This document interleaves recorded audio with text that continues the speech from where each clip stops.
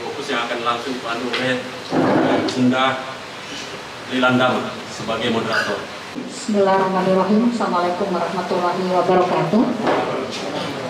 Bapak Ibu yang saya hormati, Ketua Dewan Pembina Depresma Center yang sudah membuka acara pada hari ini. Seperti halnya yang sebelumnya, ada diskusi FGD sebelumnya, dan beberapa minggu dan bahkan bulan yang lalu ya Pak Masri, ya, kita sudah memulai agenda tindak lanjut dari silaturahmi nasional yang sudah dirumuskan oleh temu tokoh 100 tokoh nasional dan juga lokal di Gorontalo yang menghadirkan para menteri dan juga anggota eksekutif legislasi, DPR, MPR, dan juga dari Pemda atau Provinsi Gorontalo mengkaji. Nah, khusus untuk tema lingkungan dan kehutanan itu sudah ada beberapa pikiran pokok yang sudah masuk dalam bentuk talk show yang sudah dilaksanakan oleh Depresma Center. Kurang lebih ada 15 kali talk show yang di sana mengulas tentang bagaimana roadmap ke depan untuk peta jalan Gorontalo Mas 2045. Buku yang dihasilkan pada silaturahmi nasional pada saat itu masih dalam bentuk draft. Saya kira juga mungkin sudah disampaikan oleh Ketua. Tetapi pada kesempatan ini kami membreakdown pada aspek pendalaman kajian topik yang sudah dilaksanakan atau sudah dibincangkan oleh para pembicara dan juga beberapa tokoh, baik itu dari pemerintah daerah, nasional, dan juga para pengambil kebijakan, termasuk di dalamnya adalah perguruan tinggi, NGO, dan lembaga non-pemerintah lainnya. Jadi pada saat ini Bapak Ibu undangan, kita masuk pada beberapa penyampaian pikiran pokok yang mendalam yang akan diulas oleh narasumber kita pada hari ini yang hadir sebagai konfirmasi ke panitia pelaksana, yaitu Pak Masri ini sudah ya, Bapak Kepala BPDAS Bonewolango sudah hadir ya, lalu Kepala BMKG dan juga Balai Sungai. Untuk itu sebagaimana surat panitia pelaksana yang sudah disampaikan kepada Bapak Ibu instansi terkait untuk bisa menyampaikan pokok-pokok pikiran penting untuk bisa diramu nanti dalam diskusi kali ini yang menghadirkan juga stakeholder terkait, dan akhir dari FGD ini kita akan membentuk satu tim kerja. Pada beberapa FGD yang sebelumnya sudah terbentuk tim kerja pendidikan, kesehatan, dan yang ketiga ini adalah lingkungan. Dan itu infrastruktur yang ketiga, lalu ini adalah lingkungan, berarti sudah 4 tim kerja kita Pak Bupati. Dalam hal ini sebagai tuan rumah, beliau berinisiasi untuk komitmen menindaklanjuti pertemuan-pertemuan sebelumnya. Untuk itu saya mengundang dengan hormat para narasumber kita, mohon kesediaannya mungkin bisa membersamai kami di sini Pak Heru, kemudian dari BPKH ya, BPKH yaitu Pak Riyadi ya. Lalu yang ketiga yang sudah mengkonfirmasi Dinas LH, langsung bisa di sini bersama untuk panel. Nanti kita akan atur untuk Bapak sekalian. Jadi kita akan ikuti materi ataupun beberapa penyampaian pokok pikiran sebagaimana yang sudah ditampilkan. Insya Allah ini yang mengambil waktu yang pertama dari Dinas Lingkungan Hidup. Kami memberikan kesempatan kurang lebih 10 menit, lalu kita akan sharing diskusi bersama. Silakan Pak. Assalamualaikum warahmatullahi wabarakatuh. Yang kami hormati Pak Bupati, yang kami hormati pimpinan OPD dari Kabupaten, Kepala BLH Kabupaten Gorontalo, yang kami hormati teman-teman dari BPKH, BPDAS, dari Balai Wilayah Sungai, teman-teman dari kampus, Ibu siapa lagi saya lupa lah, Ibu Marini, Dr. Marini. Ini sering ketemu dengan teman-teman dari kampus, sering berdiskusi terkait dengan masalah lingkungan, dan seluruh hadirin yang sempat hadir pada kesempatan ini. Bapak dan Ibu sekalian yang kami hormati, sebenarnya apa yang ingin kami sampaikan sebenarnya Pak Bupati sudah cover semua tadi. Jadi kami agak ragu terkait dengan persoalan lingkungan, karena Pak Bupati ini adalah profesor di bidang lingkungan hidup. Jadi kami menyampaikan beberapa hal saja, sepatnya sebagai pengantar untuk diskusi. Ya. Sesuai dengan tema yaitu profil pembangunan lingkungan dan kehutanan menuju Visi Mas Gorontalo 2045. Jadi mudah-mudahan di 2045 ini Gorontalo bisa berdaulat, maju, adil, dan makmur. Itu yang kita harapkan sampai di 2045. Ya, lanjut. Saya kira tema pada hari ini sangat sinkron dengan apa yang menjadi pilar pembangunan pilar pembangunan Indonesia 2045, yaitu salah satu pilar yang terkait dengan tema pada hari ini adalah pembangunan ekonomi yang berkelanjutan. Di situ dijelaskan bahwa untuk mencapai suatu ekonomi yang maksimal, Indonesia menjadi suatu negara yang maju, maka akan didorong peningkatan investasi dan perdagangan, kemudian pembangunan industri, kemudian pembangunan pariwisata, kemudian pembangunan ekonomi kemaritiman, kemudian pemantapan terhadap ketahanan energi dan air. Nah, di situ di poin terakhir bahwa pemerintah harus tetap berkomitmen terhadap menjaga kondisi lingkungan. Jadi lingkungan ini akan menjadi barrier atau faktor pembatas terhadap kegiatan pembangunan yang kita akan laksanakan sampai mencapai tujuan yang kita harapkan di 2045. Jadi tema yang kita tetapkan pada hari ini saya kira sangat pas dengan pilar pembangunan Indonesia 2045. Lanjut. Untuk mencapai Gorontalo dalam kegiatan Visi Mas Gorontalo 2045 ada beberapa tantangan pembangunan dan lingkungan hidup yang kita akan hadapi ke depan. Yang pertama terkait dengan pertumbuhan jumlah penduduk. Memang penduduk Gorontalo ini masih sangat kecil, tetapi pertumbuhannya dari tahun ke tahun semakin meningkat. Ini kurang lebih sekitar 16%. Ini nanti dikoreksi oleh teman-teman. Pertumbuhan penduduk ini akan menjadi suatu pressure, menjadi tekanan terhadap kegiatan pembangunan, terhadap pemanfaatan sumber daya alam di Gorontalo. Mungkin pertumbuhan penduduknya bukan itu yang kita akan tekan, tetapi bagaimana pengendalian pembangunan ini bisa berwawasan lingkungan, tidak berdampak negatif terhadap lingkungan. Kemudian yang kedua, ekosistem service dan ketersediaan sumber daya alam ini semakin berkurang atau sangat terbatas. Jasa ekosistem kita ini yang kita kaji bersama-sama dengan daerah kabupaten ada 4. Yaitu yang terkait dengan jasa ekosistem untuk penyediaan, kemudian pengaturan, budaya, dan pendukung. Mulai dari bagaimana ketersediaan atau potensi ketersediaan air, pangan, energi, dan lain sebagainya. Kemudian yang berikutnya adalah carrying capacity atau supporting capacity, daya dukung dan ketersediaan sumber daya alam. Jadi kegiatan pembangunan yang kita rencanakan ke depan harus berbasis jasa ekosistem dan daya dukung lingkungan. Saya kira kita sudah mulai terapkan sekarang penyusunan RT/RW, kemudian penyusunan RPJMD, penyusunan RSEP, UP3K, itu harus berbasis KLHS, kajian lingkungan hidup strategis. Substansinya adalah terkait dengan jasa ekosistem maupun daya dukung lingkungan. Jangan kaget kalau tidak berbasis KLHS yang selama ini kita lakukan. Ada beberapa kegiatan-kegiatan yang termuat di dalam RPJMD seperti kegiatan pembangunan perumahan Pak Bupati, tiba-tiba pada musim kemarau tidak ada airnya, karena memang alokasi ruang untuk pembangunan perumahan itu tidak berdasarkan terhadap jasa ekosistem, potensi ketersediaan air yang ada di satu wilayah. Kemudian yang menjadi tantangan juga kita ke depan adalah terkait dengan keterbatasan ketersediaan SDM dalam penguasaan teknologi yang ramah lingkungan. Kemudian yang berikutnya, belum berkembangnya industri yang ramah lingkungan. Sekarang kalau kita lihat di kiri kanan kita ada beberapa kegiatan industri, ada yang menimbulkan pencemaran, pengolahan air limbahnya tidak dilakukan dengan maksimal, kemudian cerobongnya tidak memenuhi syarat sehingga akan berdampak terhadap perubahan iklim. Nah, ini kita sudah ketat ya Pak Kadis bahwa kegiatan pembangunan suatu kegiatan itu harus memiliki dokumen lingkungan, dan kita lakukan pemantauan secara kontinu terhadap aktivitas suatu kegiatan.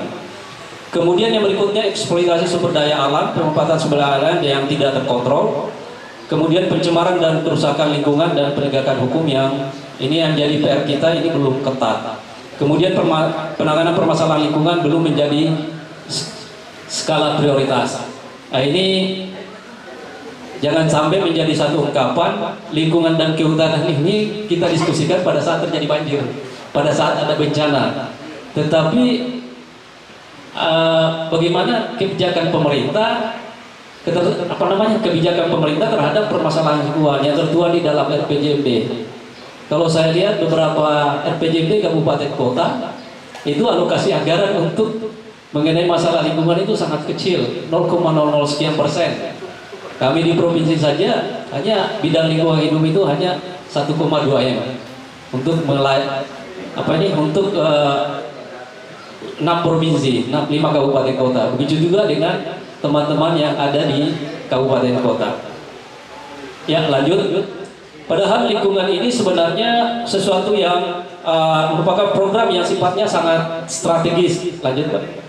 Ini kita lihat di dalam misi Presiden itu sudah eksplisit disampaikan bahwa menjaga lingkungan yang berkelanjutan. Jadi sebenarnya lingkungan hidup ini merupakan sesuatu yang sangat prioritas. Tetapi implementasinya di lapangan belum prioritas, baik dari sisi program maupun dari sisi pengalokasian anggaran. Kemudian di dalam Undang-Undang 23 2014 bahwa lingkungan hidup ini merupakan urusan wajib, non pelayanan dasar. Ini wajib, berarti anggarannya juga wajib dimaksimalkan. Nah, ini masalahnya. Kemudian di dalam arah kebijakan pembangunan Provinsi Gorontalo 2017-2022, lingkungan hidup ini menjadi suatu program yang prioritas. Ya.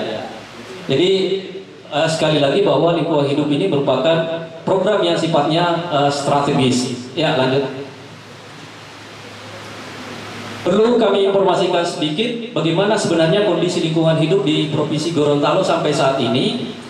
Itu tergambarkan melalui indeks kualitas lingkungan hidup. Alhamdulillah Gorontalo ini indeks kualitas lingkungan hidupnya itu berada pada nilai 75,66. Ini cukup baik, ini sangat baik. Kalau secara nasional kita berada pada posisi ke-8. Ini kita yang paling di atas itu adalah Papua, Papua Barat, Kalimantan Utara, Sulawesi Tengah, Kalimantan Timur, Maluku, Aceh, dan Gorontalo. Berarti kita masih di atas daripada Sulawesi Utara. Kita juga masih di atas daripada Sulawesi Selatan. Ini penilaian dari Kementerian Lingkungan Hidup dan Kehutanan.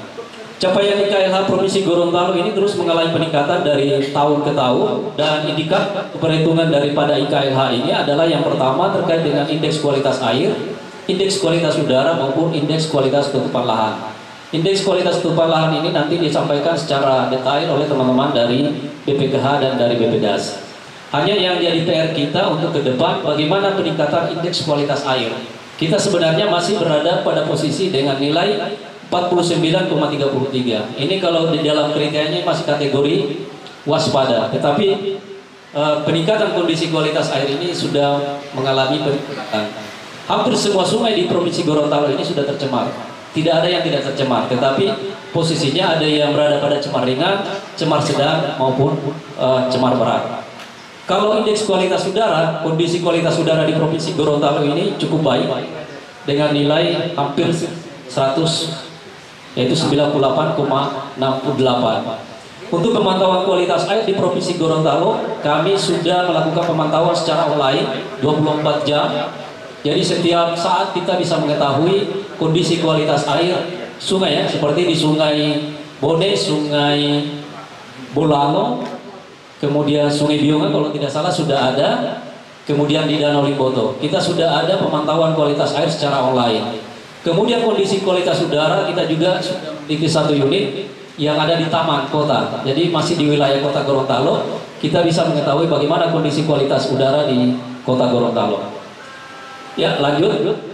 Kalau kita lihat dari IKLH ini, ternyata memang seiring dengan bagaimana peningkatan IPM dan penurunan tingkat kemiskinan serta peningkatan pertumbuhan ekonomi di Provinsi Gorontalo. Jadi ada keterkaitan antara peningkatan pertumbuhan ekonomi dengan kondisi kualitas lingkungan hidup.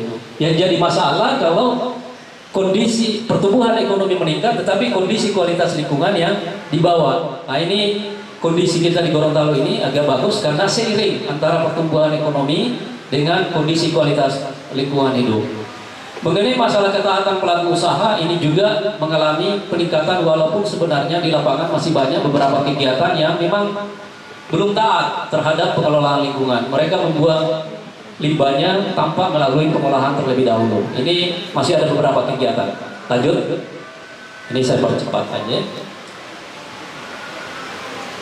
Kondisi kualitas pengelolaan sampah ini juga yang menjadi masalah di Provinsi Gorontalo. Ini mungkin perlu kita diskusikan secara khusus, yang mungkin masuk di dalam rumusan nanti bagaimana kita melakukan pengelolaan sampah ke depan.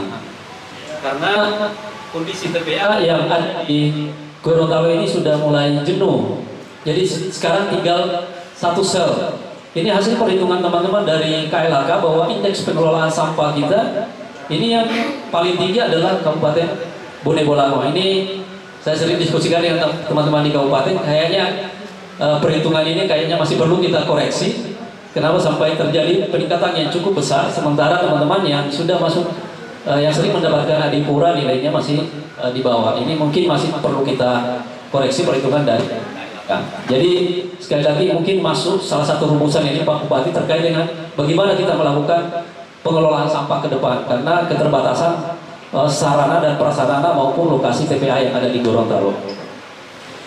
Ini yang saya gambarkan tadi terkait dengan bagaimana kondisi, bagaimana state daripada kualitas air di Provinsi Gorontalo itu masih berada pada kondisi cemar ringan sampai cemar sedang. Ini dari analisis kami bahwa ada beberapa parameter yang mengakibatkan menjadi cemar ringan maupun cemar sedang, yaitu BOD, TSS, E. coli maupun total coliform. Ini menggambarkan bahwa pengelolaan sampah belum maksimal, kemudian masih banyak masyarakat yang membuang tinjanya secara sembarangan.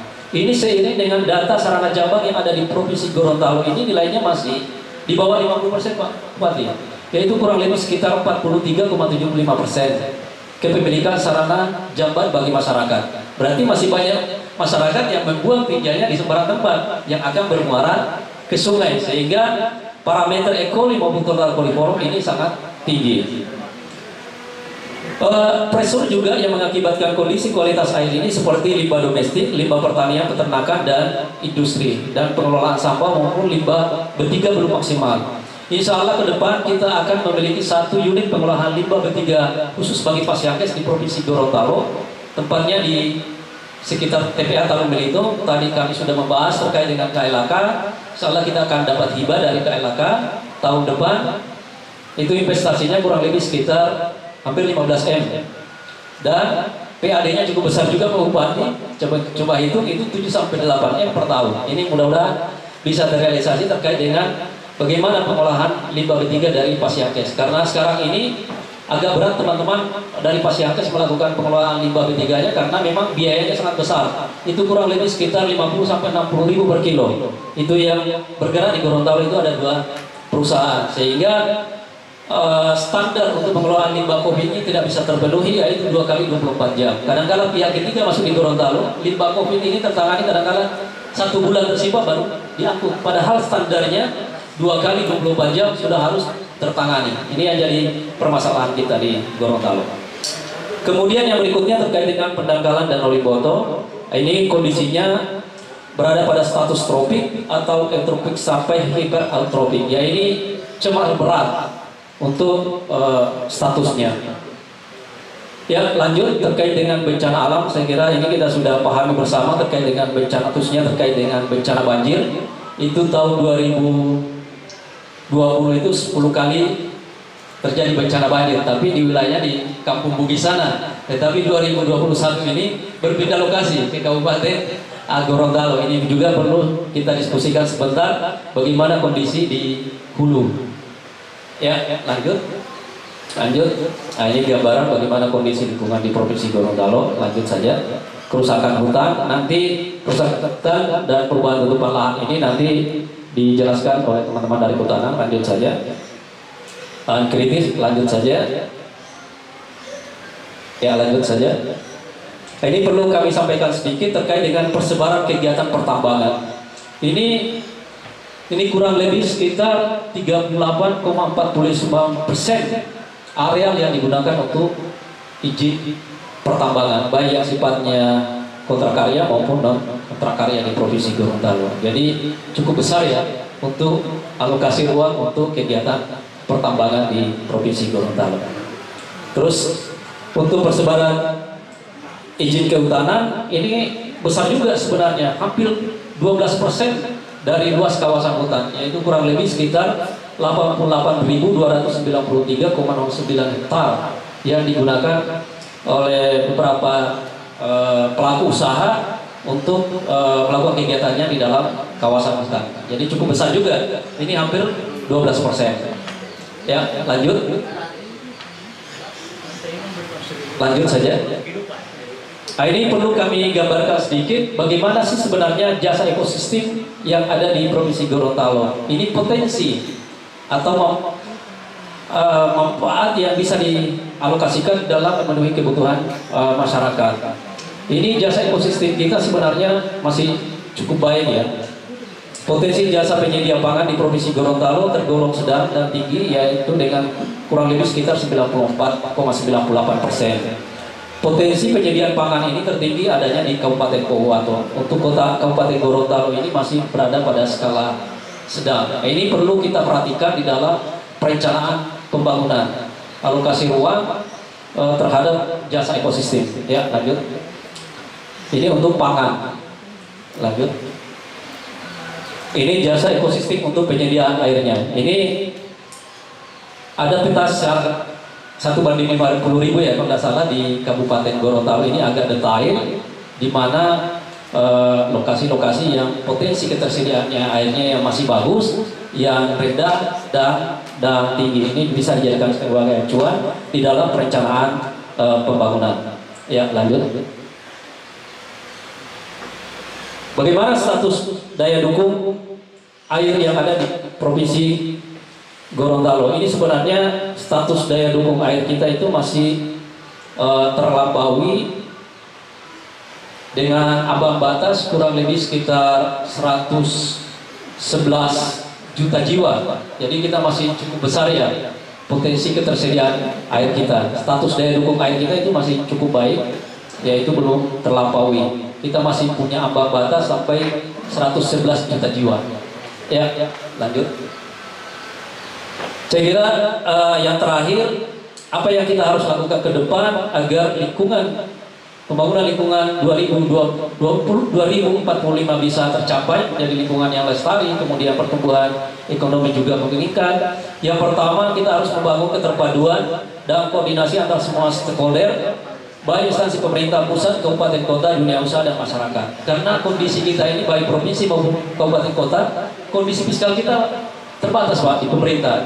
Sehingga kita harus membangun keterpaduan dengan dunia usaha. Kemudian yang berikutnya, pemerintah daerah lebih memperhatikan dan menjadikan prioritas aspek lingkungan dalam pelaksanaan pembangunan. Nah, ini kegiatan-kegiatan perencanaan di provinsi dan kabupaten kota kita sudah harus berbasis kajian lingkungan hidup strategis. Kemudian mendorong pemerintah daerah agar dokumen perencanaan seperti RPJMD dan lain sebagainya harus berbasis KLAS. Ini sudah kita terapkan di RPJMD Kabupaten Gorontalo kemarin. Kemudian peningkatan kapasitas aparatur dan masyarakat. Kemudian peningkatan ketaatan para pelaku usaha di dalam pengelolaan dan pelestarian lingkungan. Jadi kami secara rutin melakukan pengawasan terhadap usaha atau kegiatan. Jadi kalau mereka taat terhadap pengelolaan lingkungan, kita akan berikan reward. Kemudian kalau mereka tidak taat, kita akan berikan punishment. Kemudian yang terakhir, yaitu pemerintah daerah secara rutin melakukan monitoring dan evaluasi pelaksanaan kegiatan pembangunan serta penegakan hukum secara tegas dan terpadu. Nah, ini yang masih PR kita, bagaimana kita melakukan penegakan hukum. Selama ini kita masih sifatnya persuasif Pak Kadis ya. Jadi kita masih melakukan bagaimana melakukan sanksi terhadap para pelaku usaha ini masih sifatnya persuasif, belum kita melakukan tindakan yang tegas. Saya kira ini beberapa hal yang dapat kami sampaikan. Mohon maaf atas segala kekurangan. Dan kami mohon saran dan masukan. Kami dari LHK Provinsi akan lebih banyak menerima masukan di dalam pelaksanaan tugas dan fungsi kami. Terima kasih. Assalamualaikum warahmatullahi wabarakatuh.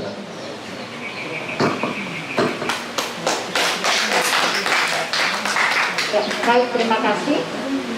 Apa yang telah disampaikan oleh beliau Pak Nasruddin, MSI, selaku dari Dinas Lingkungan Hidup dan juga Kehutanan. Beberapa kata kunci yang tadi sudah disampaikan ini menjadi catatan penting untuk kita. Nanti kita bisa elaborasi sharing bersama beberapa konsep tentang jasa ekosistem, komitmen terhadap lingkungan, lalu beberapa indeks dari kualitas lingkungan itu sendiri menjadi bahan pertimbangan untuk peningkatan ekonomi dan juga keseimbangan lingkungan itu sendiri. Kemudian ada beberapa kegiatan-kegiatan pertambangan sekitar 12%. Catatan penting untuk kita semua itu adalah luas kawasan hutan yang menjadi aktivitas usaha dari masyarakat dan juga yang terkait lainnya.